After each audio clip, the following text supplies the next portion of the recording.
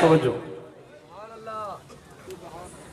اور یہ جو قبر ہے حضرت اسماء بنت ابی بکر سیدنا صدیق اکبر کی بڑی صاحبزادی جو حضرت زبیر بن عوام کے نکاح میں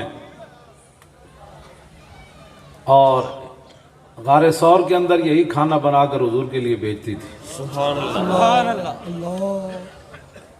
ان کی اگر سیرت بیان کی جائے، بڑھاپے کے اندر عبداللہ بن زبیر آپ کے بیٹے کو حجاج بن یوسف نے قتل کر کے شہید کر کے کعبے کی دیوار کے ساتھ میخیں لگا کر لٹکا دیا تھا۔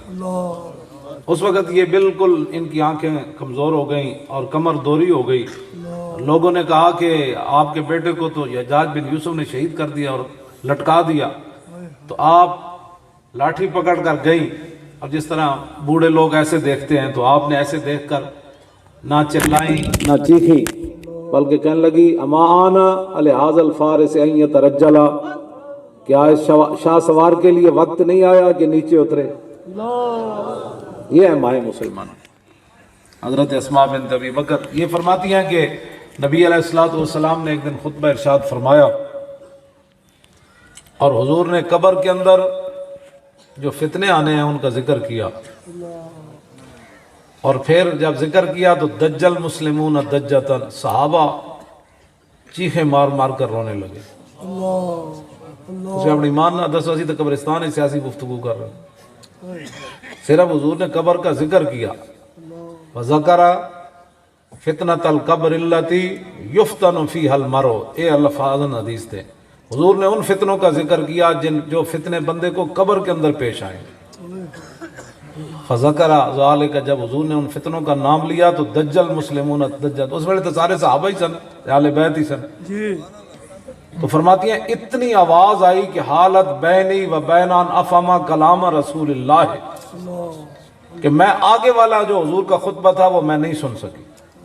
اتنے صحابہ اور زاروں قطار سارے رونے لگے۔ دس ہوئے مسلمانہ تو دے میں بھی کدی قبر یاد کی تھی، اتنے تو مذاق لوگوں سمجھا مرنے نے۔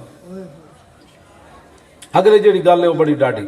فرماتی ہیں کہ میرے قریب ایک مرد تھے مسجد نبوی شریف میں، ظاہر درمیان میں حجاب تھا تو دوسری طرف بیٹھے ہوئے تھے، تو میں نے ان کو کہا بارک اللہ فیک، میں کہو اللہ تینوں برکت دے وے، اے دسو کہ فماذا قال رسول اللہ صلی اللہ علیہ وسلم فی آخر کلامی، میں دسو حضور نے اگی جڑے گفتگو کی تھی وہ میں تے نہیں سن سکی صحابہ دے رون دی وجہ تو، وہ کی فرمایا؟ کالا و کالا۔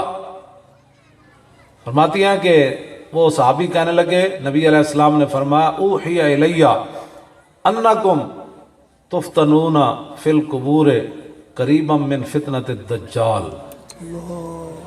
حضور نے فرمایا، آگے فرماتی ہیں کہ مجھے صحابی کہنے لگے حضور نے فرمایا قبر کے اندر اتنا خوفناک منظر ہے کہ جس طرح دجال سے لوگ برباد ہو جائیں گے نا، قبر کے اندر قریب قریب اتنا فتنے کے اندر بندہ مبتلا ہو جائے۔ حضور نے اتنا خوفناک، اور نبی علیہ الصلوۃ والسلام نے فرمایا جتنے بھی میں نے ورایت، نبی علیہ السلام فرمایا جتنے رایت منظرا قطو والقبر افظع منہ، حضور نے فرمایا جتنے میں نے مناظر دیکھے نا دنیا اور آخرت کے، فرمایا قبر سے بڑھ کر میں نے خوفناک منظر کوئی نہیں دیکھا۔